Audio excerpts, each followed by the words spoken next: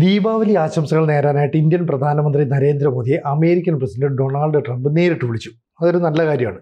ഇപ്പോൾ പ്രതിപക്ഷം പറയുന്നു, കണ്ടില്ലേ മോദിയും ട്രംപും തമ്മിൽ ഫോൺ സംഭാഷണം നടത്തി. എന്തിന്? അതായത് ട്രേഡിൻ്റെ കാര്യത്തിൽ, റഷ്യയിൽ നിന്ന് ഓയിൽ വാങ്ങുന്നതിൻ്റെ കാര്യത്തിൽ ട്രംപ് ഭീഷണിപ്പെടുത്തി. ഉടനെ മോദി വഴങ്ങി, ഇനി നമ്മൾ റഷ്യയിൽ നിന്ന് എണ്ണ വാങ്ങുന്നില്ല. ഇത് രണ്ടും കൂടെ കണക്ട് ചെയ്യുമ്പോൾ ഒരേ ഫോൺ സംഭാഷണമാണോ, ഇതോ പ്രതിപക്ഷത്തിൻ്റെ ഒരു ഗിമ്മിക്കാണോ? പ്രതിപക്ഷത്തിൻ്റെ, എനിക്ക് തോന്നുന്നു, ജനാധിപത്യ മര്യാദ പാലിക്കാതെ പെരുമാറുന്ന ഒരു പ്രതിപക്ഷത്തിൻ്റെ നിലപാടാണ് നമ്മൾ കാണുന്നത്. ആദ്യത്തെ ചോദ്യം, ട്രംപും മോദിയും തമ്മിൽ ഒന്നോ അതിലേറെയോ ടെലിഫോൺ സംഭാഷണം നടന്നു എന്ന് വിചാരിക്കുക. പുതിയ ലോകത്ത് ട്രംപ് നടത്തിക്കൊണ്ടിരിക്കുന്ന ഈ താണ്ഡവത്തിനും പ്രചാരണത്തിനും ഗിമ്മിക്കുകൾക്കും ഇടയിൽ ഇന്ത്യൻ പ്രതിപക്ഷം ആരെയാണ് വിശ്വസിക്കേണ്ടത്? ട്രംപും മോദിയും തമ്മിൽ ഒന്നോ എത്രയോ സംഭാഷണങ്ങൾ നടന്നു. എന്താണ് നടന്നത് എന്ന് ഇന്ത്യ ഗവൺമെൻറ് പറയുന്നത് വിശ്വസിക്കണമോ? ഇന്ത്യൻ പ്രതിപക്ഷത്തിൻ്റെ കടമ എന്താണ്? അല്ലെങ്കിൽ ഇന്ത്യൻ പ്രതിപക്ഷത്തിന് ആരെയാണ് വിശ്വാസം? ഇന്ത്യൻ ഭരണകക്ഷിയെ വിശ്വാസമില്ല, ഭരണകൂടത്തെ വിശ്വാസമില്ല. എന്നിട്ടോ ഭൂമിയിൽ ആർക്കും വിശ്വാസമില്ലാത്ത ട്രംപിനെയാണ് ഇവർ വിശ്വസിക്കുന്നത്. കണ്ടോ, ട്രംപ് പറഞ്ഞില്ലേ? ട്രംപ് പറഞ്ഞു. ട്രംപ് എന്താ പറഞ്ഞത്? ഞാൻ മോദിയെ വിളിച്ചിരുന്നു എന്ന് പറഞ്ഞാൽ എന്താ? ഇന്ത്യയിലൊരു വലിയ ഫെസ്റ്റിവലാണ്. ഇന്ത്യയിലെ പല പേരുകളിൽ പല നാടുകളിൽ ഇന്ത്യ ഒട്ടാകെ നടക്കുന്നൊരു ഫെസ്റ്റിവലാണ് ദീപാവലി. അങ്ങനെ ഓരോരോ ദേശത്തിൻ്റെ ഫെസ്റ്റിവലുകൾ നടക്കുമ്പോൾ ലോകരാഷ്ട്രങ്ങളുടെ തലവന്മാർ അതാത് രാജ്യങ്ങളെ വിളിച്ച് ആശംസിക്കുന്ന ഒരു പതിവുണ്ട്. അത് വിളിച്ചു എന്ന് പറഞ്ഞാൽ എന്താ തെറ്റ്? ഉടനെ ചേർത്ത് വായിക്കുകയാണ്. മോദി നേരത്തെയും ട്രംപ് ഇങ്ങനെ വിളിച്ചു എന്ന് പറഞ്ഞിട്ടുണ്ടല്ലോ. ഏത് സമയത്ത്? ഓപ്പറേഷൻ സിന്ദൂർ സമയത്ത് ട്രംപ് പറഞ്ഞില്ലേ, ഞാൻ വിളിച്ചു പറഞ്ഞതുകൊണ്ടാണ് ഇന്ത്യയും പാകിസ്ഥാനും വെടി നിർത്തിയതെന്ന് പറഞ്ഞില്ലേ? അതെ. അങ്ങനെ ഒരു വിളിയേ വന്നിട്ടില്ല. ഇനി വന്നാൽ തന്നെ ഞങ്ങൾ ഈ സമയത്ത് ട്രംപിൻ്റെ ഫോൺ എടുക്കുന്ന പ്രശ്നവും ഇല്ല എന്ന് ഇന്ത്യ ഗവൺമെൻറ് വ്യക്തമാക്കി. അപ്പോഴും പറഞ്ഞുകൊണ്ടിരുന്നതാണ് എല്ലാവരും വിളിച്ചു. ട്രംപ് പറഞ്ഞിട്ടാണ് കീഴടങ്ങിയത്.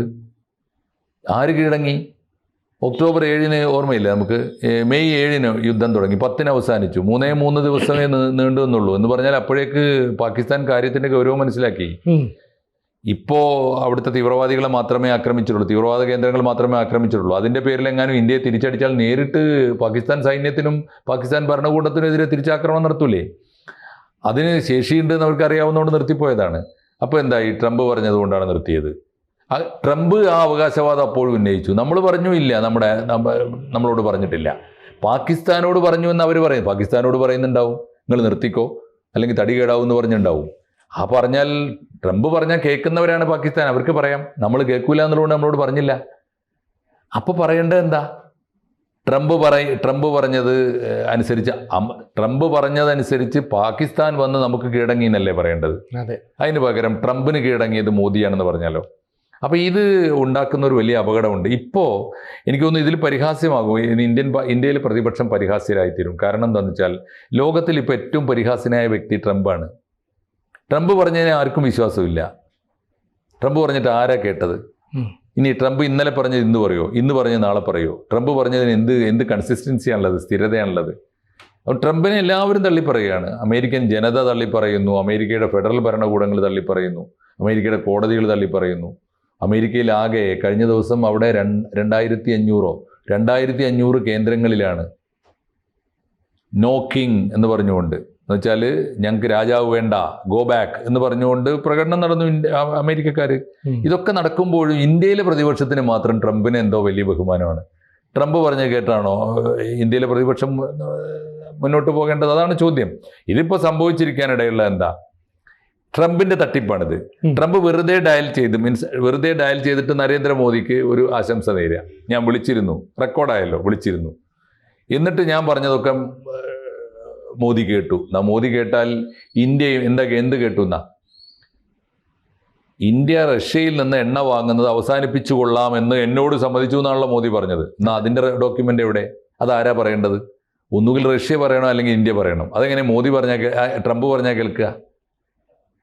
അതല്ലേ ഒരു സോഴ്സ്? ഏതാണ് ഇതിൻ്റെ? ഈ രണ്ട് പാർട്ടീസും പറഞ്ഞിട്ടില്ലല്ലോ. റഷ്യ പറഞ്ഞോ ഞങ്ങളുമായിട്ടുള്ള കരാർ, ഞങ്ങൾ ഇനി ഇന്ത്യക്ക് എണ്ണ വിൽക്കുകയില്ല, ഞങ്ങൾ കരാർ അവസാനിപ്പിച്ചിരുന്നു. റഷ്യയല്ലേ പറയേണ്ടത്, അല്ലെങ്കിൽ നമ്മൾ പറയണ്ടേ? നമ്മളും പറഞ്ഞിട്ടില്ല. അപ്പോഴും ഇന്ത്യ പറയുന്നതോ റഷ്യ പറയാത്തതും ഇന്ത്യ പറയാത്തതുമായ കാര്യങ്ങളാണ് ഇവരിപ്പോൾ. അതാണ് ഇന്ത്യയിലെ പ്രതിപക്ഷത്തിൻ്റെ പ്രശ്നം. ഈ ട്രംപിൻ്റെ നുണകൾ വിശ്വസിക്കാൻ ഇപ്പോൾ ഭൂമിയിൽ ആരെങ്കിലും കിട്ടുമെങ്കിൽ ഇന്ത്യയിലെ പ്രതിപക്ഷത്തിനെ മാത്രമാണ്. ആരെയാണ് കിട്ടുന്നത്? എന്തെല്ലാം പറഞ്ഞു? ഉക്രൈൻ റഷ്യ യുദ്ധം ഉണ്ടായല്ലോ, യുദ്ധം ഇപ്പോഴും നടന്നുകൊണ്ടിരിക്കുന്നു. അല്ലെ, 4 കൊല്ലത്തോളമായി യുദ്ധം നടന്നുകൊണ്ടിരിക്കുന്നു. ഇയാൾ എത്ര വട്ടം പോയി പറഞ്ഞു നിർത്താൻ? കേട്ടില്ല. നിർത്താൻ ഒരു ഭാഗത്ത് പറയുകയും എന്നിട്ട് ഇവർക്ക് സകല ആയുധങ്ങളും വിറ്റുകൊണ്ടിരിക്കുന്നു. ആയുധങ്ങൾ വിൽക്കുന്നതിൻ്റെ പൈസ ആരോടാണ് വാങ്ങുന്നത്? നാറ്റോ സഖ്യത്തിലെ അംഗരാജ്യങ്ങളോടാണ് വാങ്ങുന്നത്. നാറ്റോ സഖ്യത്തിലൊരു നിയമമുണ്ട്, അത് അമേരിക്കയ്ക്ക് വേണ്ടി ഉണ്ടാക്കി വെച്ചതാണ്. അതായത് ഓരോ രാജ്യത്തിൻ്റെയും GDP-യിൽ 2%, ആ രാജ്യം കഷ്ടപ്പെട്ടുണ്ടാക്കുന്ന വരുമാനത്തിൻ്റെ 2% നാറ്റോക്ക് കൊടുക്കണം. എന്തിന്? സംരക്ഷണം. എല്ലാവർക്കും ആവശ്യമുള്ള സമയത്ത് സംരക്ഷണം കൊടുക്കാൻ. അല്ലെങ്കിൽ എല്ലാവർക്കും കൂടി വേണ്ടിയിട്ട് മറ്റേതെങ്കിലും ശത്രു രാജ്യത്തെ ആക്രമിക്കാൻ. ഇത് ആർക്കാണ് കൊടുക്കേണ്ടത്? അമേരിക്കൻ ഗവൺമെൻറ്റാണ് കൊടുക്കേണ്ടത്. അപ്പോൾ മോദി ഇപ്പോൾ ട്രംപ് പറഞ്ഞിരിക്കുന്നത് എന്താണെന്നറിയോ? ഇപ്പോൾ ട്രംപ് പറഞ്ഞിരിക്കുന്നു 2% പോരാക്ക, പഴയ കണക്കല്ലേ, നമ്മൾ പഴയ കാലമൊന്നുമല്ല, 2ാം സെക്കൻഡ് വേൾഡ് വാറിൻ്റെ കാലമല്ല ഇപ്പോൾ, അതുകൊണ്ട് കൂട്ടണം, 5% ഒരു രാജ്യത്തിൻ്റെ GDP-യുടെ 5% ഓരോ രാജ്യവും. 32 രാജ്യങ്ങൾ കൊടുത്താൽ പണം എത്ര വരും? അതുകൊണ്ട് ഇപ്പോൾ നാറ്റോ സഖ്യം പറഞ്ഞു പറ്റൂല.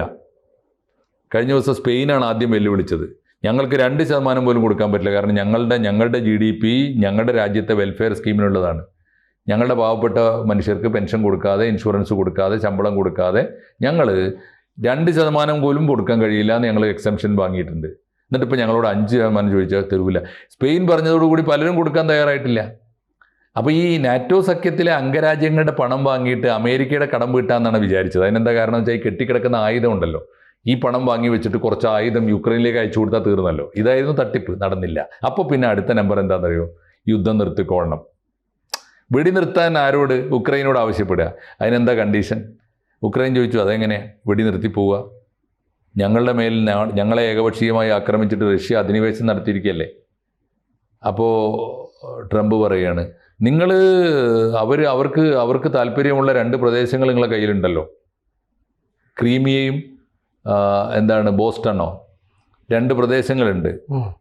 അത് ആ 2 പ്രദേശങ്ങളുടെയും പ്രശ്നം എന്താണെന്ന് വെച്ചാൽ ഈ ഉക്രൈനകത്ത് റഷ്യയുടെ സംസ്കാരമുള്ളവരാണ്. റഷ്യൻ ഭാഷ, റഷ്യൻ വിശ്വാസം, ഓർത്തഡോക്സ് ക്രിസ്ത്യാനിറ്റി ഒക്കെ ഉള്ളതാണ്. ആ 2 പ്രദേശങ്ങൾ റഷ്യയുടെ കൂടെ നിൽക്കാൻ ആഗ്രഹിച്ചപ്പോഴാണ് അവിടെ ഹിതപരിശോധനയും ജനങ്ങളുടെ പൂർണ്ണമായ പിന്തുണയും റഷ്യക്കാണ്. അപ്പോൾ റഷ്യ ആവശ്യപ്പെട്ടതാണ്, നിങ്ങൾ ഒന്നുകിൽ അവരെ സ്വതന്ത്രമാകാൻ അനുവദിക്കുക, അല്ലെങ്കിൽ ഞങ്ങളുടെ കൂടെ വന്നോട്ടെ എന്ന് പറഞ്ഞതാണ്. അല്ലാതെ റഷ്യക്ക് ആ 2 പ്രദേശങ്ങളോട് പ്രത്യേകിച്ച്. അപ്പോൾ ആ 2 പ്രദേശങ്ങൾ വിട്ടുകൊടുത്താൽ എന്നോ യുദ്ധം തീരും. ഇപ്പം ട്രംപ് ഇതൊക്കെ കഴിഞ്ഞിട്ട് ഈ 4 കൊല്ലം ഈ പാവങ്ങളെ കൊണ്ട് ക്ഷാവരപ്പിച്ചിട്ട് പണിയെടുപ്പിച്ചിട്ട് യുദ്ധം വന്ന്, കെടുതി വന്ന്, ദാരിദ്ര്യം വന്ന്, വിലക്കയറ്റം വന്ന്, പട്ടിണി വന്ന് ആ രാജ്യം പൊറുതി മുട്ടുമ്പോൾ ഇപ്പോൾ അമേരിക്ക പോയി പറഞ്ഞാൽ എന്താ?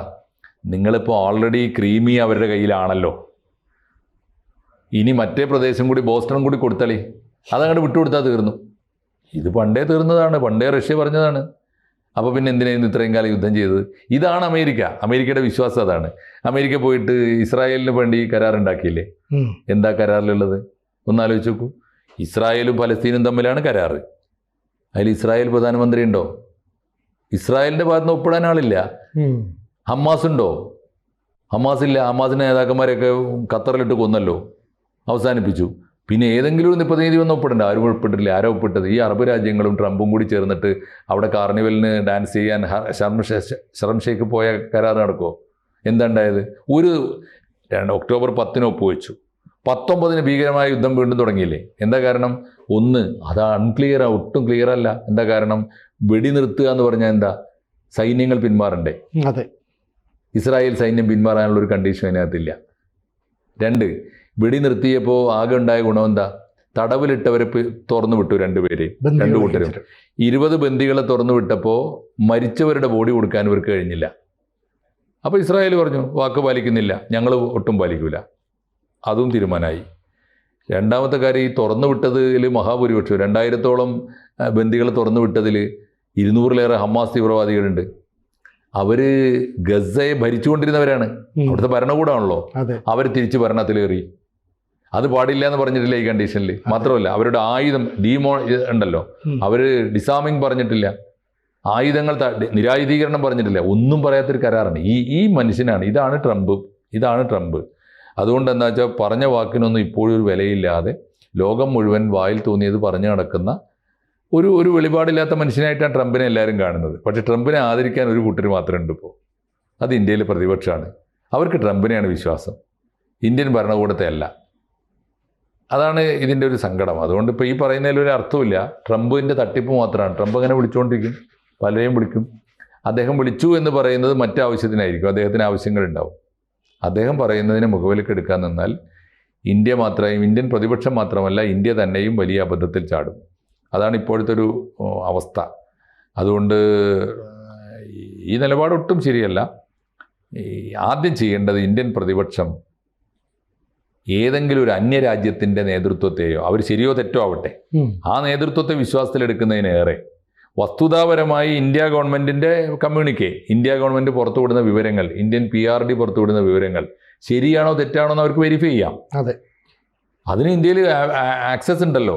ഇന്ത്യയിൽ പ്രതിപക്ഷ നേതാവ് എന്ന് പറഞ്ഞാൽ ഒരു ക്യാബിനറ്റ് റാങ്കുള്ള മന്ത്രിയാണ്. അദ്ദേഹത്തിന് ചോദിച്ചാൽ കിട്ടാത്തൊരു രേഖയില്ല.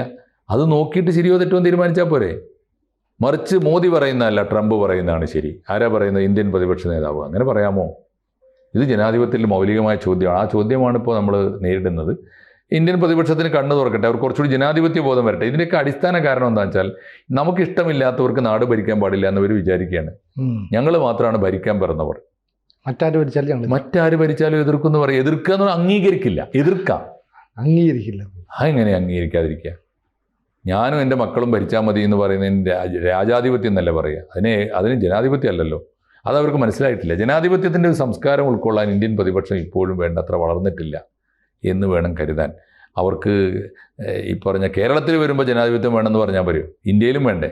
അതെ, അത് മനസ്സിലാക്കാൻ അവർക്ക് കഴിയട്ടെ. തീർച്ചയായിട്ടും ഈ സംവാദങ്ങൾ, ഇത്തരം വിവാദങ്ങളൊക്കെ അതിന് ഉപകരിക്കട്ടെ എന്ന് നമുക്ക് ആശംസിക്കാം. കൂടുതൽ വാർത്തകളും വിശേഷങ്ങളും നിങ്ങളിലേക്ക് എത്താൻ ABC മലയാളം സബ്സ്ക്രൈബ് ചെയ്യുക, ബെൽ ബട്ടണും അമർത്തുക.